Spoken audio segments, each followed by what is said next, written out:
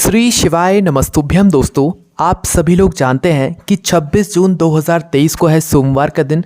गुप्त नवरात्रि की अष्टमी तिथि भी है और सोमवार की अष्टमी भी है। सोच लो अब आप लोग तीन ऐसे विशेष दिन जो कि भगवान शिव जी को बहुत ही प्रिय हैं और ये एक साथ पड़ रहे हैं। सबसे पहला सोमवार, दूसरी अष्टमी तिथि गुप्त नवरात्रि की, तीसरा सोमवार की अष्टमी। तो दोस्तों, इस दिन के बहुत ही नए विशेष उपाय हम आपको इस वीडियो में बताने वाले हैं। साथ ही में दोस्तों 27 जून जिस दिन है नौमी तिथि, गुप्त नवरात्रि समाप्त हो रहे हैं, भड़ली नवमी इसका नाम है और इसी दिन किए जाने वाले भी बहुत ही विशेष उपाय हम आपको इस वीडियो में बताने वाले हैं।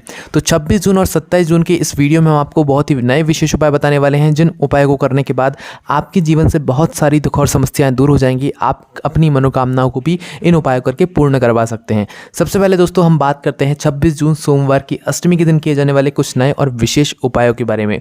दोस्तों, सबसे पहला जो हम आपको उपाय बताने जा रहे हैं, यह आप अपनी मनोकामना पूर्ति के लिए कर सकते हैं, या आपने किसी ऐसे काम के लिए जिस काम के लिए आपने बहुत पापड़ बेल लिए हों, बहुत प्रयास कर लिए हों, बहुत व्रत कर लिए हों, उपाय भी करके देख लिए हों, तो सोमवार की अष्टमी के दिन यह वाला उपाय कर लेना। आप जिस भी कामना के साथ इस उपाय करोगे, आपका वह काम 3 महीने के अंदर या अगली सोमवार की अष्टमी आने से पहले जरूर पूर्ण हो जाएगा, भले ही वो बड़े से बड़ा काम ही क्यों ना हो, है ना। तो इस उपाय में आपको करना क्या है वो आप बहुत ही ध्यान से सुनो। सोमवार की अष्टमी के दिन प्रातःकाल सुबह सुबह शुद्ध होकर स्नान करके आपको करना है, एक कटोरी लेना है और ऐसी कटोरी लेना है जिस कटोरी को आपने पहले कभी भी उपयोग में ना लिया हो, मतलब नई कटोरी लेना है। सादा कटोरी लेना है, कोई पीतल वगैरह की नहीं लेना है, स्टील की जो सादा कटोरी होती है वो लेना है।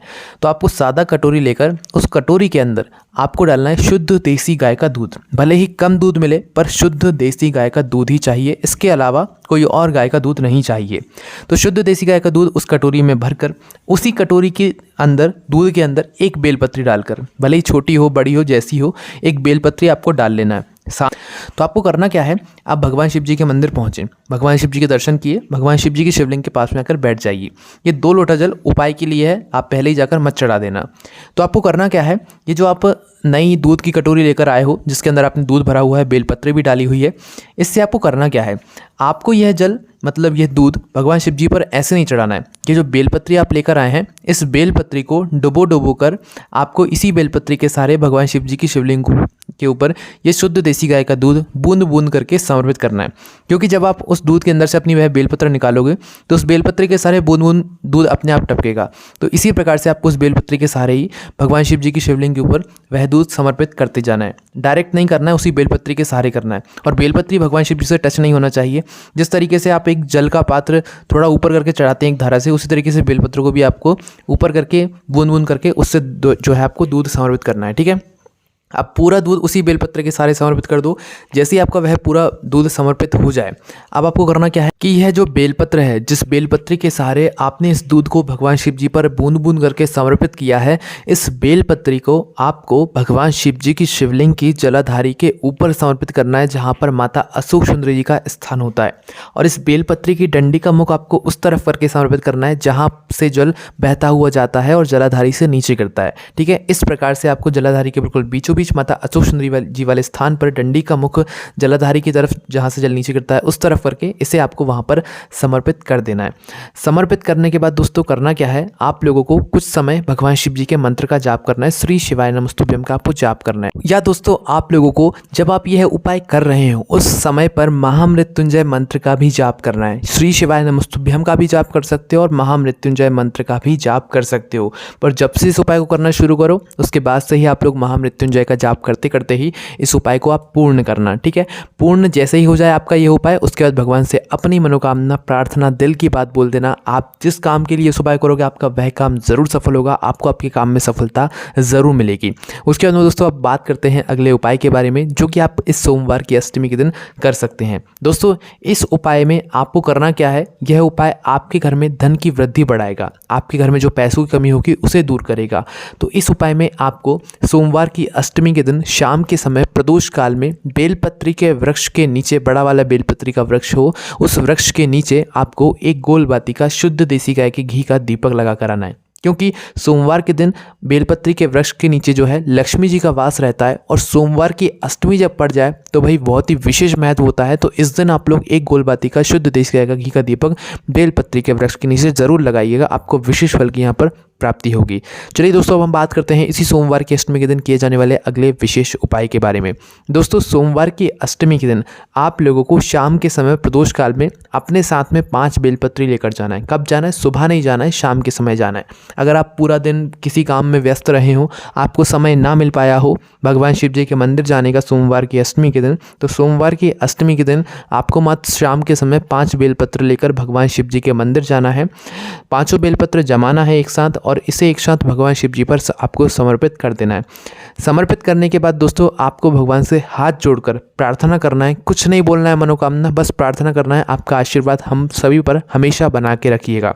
उसके बाद में दोस्तों, आपके सभी काम धीरे धीरे बनना चालू हो जाएंगे। पर ये उपाय आपको कब करना है? जब आप पूरे दिन कुछ ना कर पाएँ, उपाय ना कर पाएँ, आप सब कुछ भूल गए हो, तो स्थान पर आप शाम के समय 5 बेलपत्री का ये उपाय ज़रूर कीजिएगा। उसके बाद दोस्तों, सोमवार की अष्टमी का एक बहुत ही आसान उपाय है जो कि आप अपने किसी भी लड़का या लड़की के विवाह को करने के लिए कर सकते हैं। विवाह में बहुत अड़चनें आ रही हैं, नहीं हो पा रहा है, तो उस स्थान पर आपको क्या करना है कि सोमवार की अष्टमी के दिन क्या करना है, एक फूल लेना है, लाल कलर का फूल जो भगवान शिव जी पर समर्पित होता हो, जैसे कि गुलाब का फूल। ठीक है, एक लाल कलर का फूल लेना है जिस पर आपको लगाना है चंदन। क्या लगाना है? चंदन लगाना है। चंदन लगाने के बाद इस लाल फूल को आपको माता अशोक सुंदर जी वाले स्थान पर आपको मात्र समर्पित कर देना है उस बच्चे के हाथ से जिस बच्चे का विवाह नहीं हो रहा है। उस बच्चे के हाथों से इस फूल को समर्पित करवा दो। उस बच्चे का विवाह कुछ ही समय में पूरा हो जाएगा, अच्छे से अच्छी जगह पर जो है संभव हो जाएगा। ठीक है, मतलब भगवान शिव जी के आशीर्वाद से वो विवाह हो ही जाएगा। भले ही कितना ही पुराना, मतलब बहुत पहले से आप कोशिश कर रहे हो विवाह की, नहीं हो पा रहा है, आप इस उपाय करके देखिए, सोमवार की अष्टमी के दिन विवाह पक्का हो ही जाएगा। उसके बाद दोस्तों, अब हमने बात की 26 जून सोमवार की अष्टमी की। अब हम बात करेंगे 27 जून नवमी तिथि, भरली नवमी की, जिस दिन है गुप्त नवरात्रि का समापन भी है ना। तो इस दिन के कुछ विशेष उपाय हैं जो कि आप लोगों को जरूर करना है। तो दोस्तों, इन उपाय में आपको करना क्या है वो आप लोग सबसे पहले सुन लीजिए। दोस्तों, सबसे पहले जो हम आपको उपाय बताने जा रहे हैं ये बहुत ही ज़्यादा विशेष उपाय है और इस उपाय को करने से होगा क्या वो भी आप लोग यहाँ पर ध्यान से सुन लीजिए। तो दोस्तों, यह उपाय आपको उस व्यक्ति के लिए करना है या अपने घर के उस सदस्य के लिए करना है जिसके शरीर में बहुत ज़्यादा रोग और कष्ट हो, बहुत ज़्यादा बीमार रहता हो या अस्पताल के रोज़ रोज़ चक्कर लगते रहते हो, डॉक्टर के पास जाना पड़ता हो, शरीर में बहुत रोग आ गया है, बहुत कष्ट झेल रहा है वो व्यक्ति। तो उस स्थान पर आपको इस भरली नवमी के, इस नवमी तिथि के यह उपाय करना चाहिए। इस गुप्त नवरात्रि के समापन पर यह उपाय करना चाहिए। इस उपाय में आपको करना क्या है, देखिए, इस उपाय करने का एक समय है जो कि है शाम के 6 बजे से लेकर 6:30 बजे के बीच का समय। यह मात्र आधे घंटे का समय है। इसी समय के बीच में आपको इस नवमी तिथि के दिन यह उपाय करना है। इस उपाय में आपको एक दीपक लेना है जिसके अंदर आपको 2 लंबी बाती रखना है, मतलब चौमुखी दीपक आपको ये जलाना है। इस चौमुखी दीपक, 4 बत्ती के दीपक के अंदर आपको डालना है तिल्ली का तेल। तिल्ली का तेल आप लोगों ने डाल लिया, ज़्यादा मात्रा में तिल्ली का तेल ही डालना है। उसके बाद में थोड़ा सा, बिल्कुल थोड़ा सा सरसों का तेल डालना है। पहले तिल्ली का तेल अच्छे से डाल लो, उसके बाद आखिरी में थोड़ा सा सरसों का तेल भी आपको इसी दीपक के अंदर डाल देना है। डालने के बाद दोस्तों, इसी दीपक के सहारे आपको क्या करना है, जिस व्यक्ति के लिए आप ये उपाय कर रहे हैं, जिस व्यक्ति को शरीर में बहुत ज़्यादा रोग कष्ट है, उस व्यक्ति के ऊपर से 21 बार इस दीपक को उतार कर नरसिंह भगवान जी का नाम लेकर, उसका नाम और उसका गोत्र बोलकर, जो ये मास चल रहा है, माह चल रहा है, उस माह का नाम लेकर आपको क्या करना है, 21 बार उस व्यक्ति के ऊपर से उस दीपक को उतार कर इस दीपक को अपने घर के मेन गेट, मुख्य द्वार पर जाकर इस दीपक को जला देना है। बाहर की साइड जलाना है, ना कि बिल्कुल चौखट पर जाकर आप लोग जला दो, है ना। आपकी जो मेन गेट की चौखट है, उस चौखट के थोड़ा बाहर की साइड आपको यह दीपक जलाना है, इस बात का ध्यान रखिएगा। ठीक है, 21 बार उतारकर इस दीपक को वहाँ पर जला दो। वहाँ पर भी आप लोग नाम और गोत्र बोल दीजिएगा, श्री नरसिंह भगवान का नाम लेते हुए। वह व्यक्ति के जो रोग और कष्ट होगा शरीर में, वह धीरे धीरे करके दूर होना चालू हो जाएगा इस नवमी तिथि के दिन यह उपाय करने के बाद। उसके बाद दोस्तों, अगर अगले उपाय की बात करें तो ये भी बहुत ही ज़्यादा विशेष उपाय है। इस उपाय को आप नवमी तिथि के दिन अपनी मनोकामना को पूर्ण करवाने के लिए कर सकते हैं। इस उपाय को करने के लिए आपको किसी भी बड़े वाले आंवले के वृक्ष के नीचे प्रातःकाल सुबह सुबह जाना पड़ेगा। ठीक है, और इस उपाय में आपको एक गोल बाती के घी के दीपक की आवश्यकता होगी, साथ ही में मोली और कच्चे धागे की आवश्यकता होगी, है ना। ये दोनों ही चीज़ें तैयार करके आप लोग पहुंच जाइए कहाँ पर, आंवले के वृक्ष के नीचे नवमी तिथि के दिन, है ना। सबसे पहले आपको प्रातःकाल सुबह सुबह आंवले के वृक्ष के नीचे ये दोनों चीज़ें लेकर पहुंचनी है और वहाँ पर जाकर सबसे पहले अपना वह दीपक लगाना है, बैठकर दीपक लगाना है। दीपक लगाने के बाद जो आप अपने साथ मोली या कच्चा धागा लेकर आए हैं, इस कच्चे धागे से आपको या मोली से 5 परिक्रमा उसी पीपल के वृक्ष की करना है दीपक को लगाने के बाद, है ना। 5 परिक्रमा आपकी जैसे ही हो जाए, उस धागे को वहीं पर छोड़ दो या तोड़ दो। तोड़ने के बाद आपको करना क्या है, उसी मतलब मोली में से, कच्चे धागे में से थोड़ा सा धागा और तोड़ना है। तोड़ लिया आप लोगों ने। तोड़ने के बाद उस आंवले के वृक्ष की जो भी एक पेड़ की टहनी होगी या डगाल होगी, उस डगाल पर आपको अपनी मनोकामना करते हुए एक अलग से जो है यहाँ पर मोली या लच्छा जो भी धागा आप लोग लेकर आए हैं उसे बांध देना है। ठीक है, थोड़ा अच्छी ज़्यादा मात्रा में बड़ा ले लीजिएगा, अलग से तोड़ लीजिएगा उसे और उसे आंवले के वृक्ष की टहनी में बांध दीजिएगा। बांधने से समय आपको अपनी मनोकामना भगवान शिव जी से बोलनी है। बोलने के बाद आपको करना क्या है, यहाँ पर ये उपाय अभी पूरा हो जाता है, आप अपने घर वापस आ जाइए। ठीक है, भगवान से प्रार्थना करके। उसके बाद आपने नौमी तिथि के दिन इतना उपाय कर लिया। अब आपको दशमी तिथि के दिन फिर से उसी वृक्ष के नीचे एक गोल बाती का घी का दीपक लेकर जाना है। ठीक है, वहाँ से आप लोग पहुँचने के बाद आपको करना क्या है कि जो आपने धागा टहनी पर बांधा हुआ था वो धागा आपको खोलना है। उससे पहले आप जो अपने साथ गोलबाती का घी का दीपक लेकर गए हैं उसे वहाँ पर वापस से जला दो दशमी तिथि के दिन प्रातःकाल सुबह सुबह ही। और दीपक लगाने के बाद उस टहनी से वह धागा खोल लो, भगवान से प्रार्थना करते हुए, और उस धागे को अपनी हथेली में बांध लो। ये आशीर्वाद भगवान शिव जी का आपके पास आ जाएगा और आप जिस काम में आप जाएंगे आपका वह काम सफल होगा।